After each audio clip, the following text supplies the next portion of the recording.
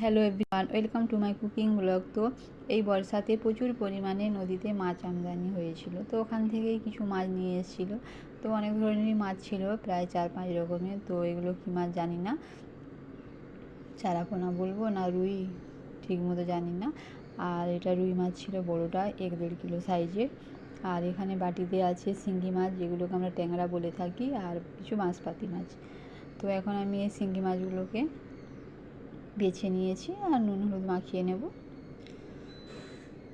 লবণ আর হলুদটা মাখিয়ে আর ভেজে নেব।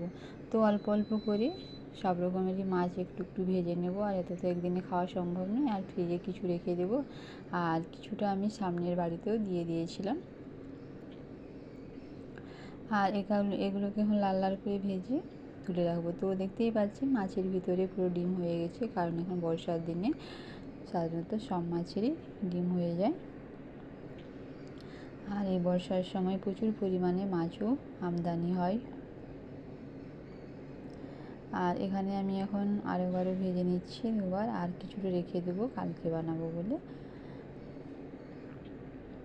আর দুটো এখানে ছোট রুইগুলো কেটে নিয়েছিলাম, তো এগুলো ভেজে নিয়েছি,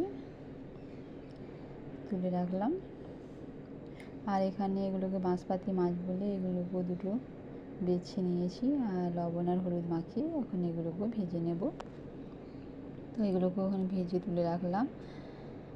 সব রকমেরই ট্রাই করে নিচ্ছি দুটো দুটো করে।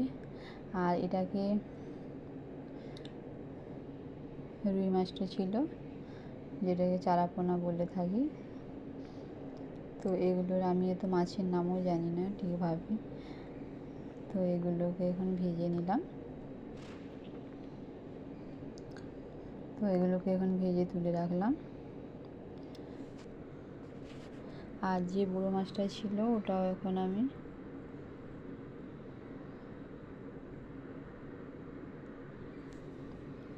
ভেজে নেব। তো ওটাও কেটে নিয়েছি, লবণের হলুদটা মাখিয়ে নেব, তারপরে এটাকেও ভেজে নেব। আর এটা ভাজা হয়ে গেলে হয়ে যাবে। আর আজকে শুধু মাছগুলো ভেজে নিচ্ছি খাওয়ার জন্য, আর রেসিপি বানাবো না, কালকে রেসিপি শেয়ার করব। তো এখানে এটা ভেজে নেব এখন। বড়ো মাছটাও কেটে নিয়েছিলাম, আর কাটার ভিডিও দেখায়নি, কারণ দেখালে অনেক বড়ো হয়ে যাবে ভিডিও।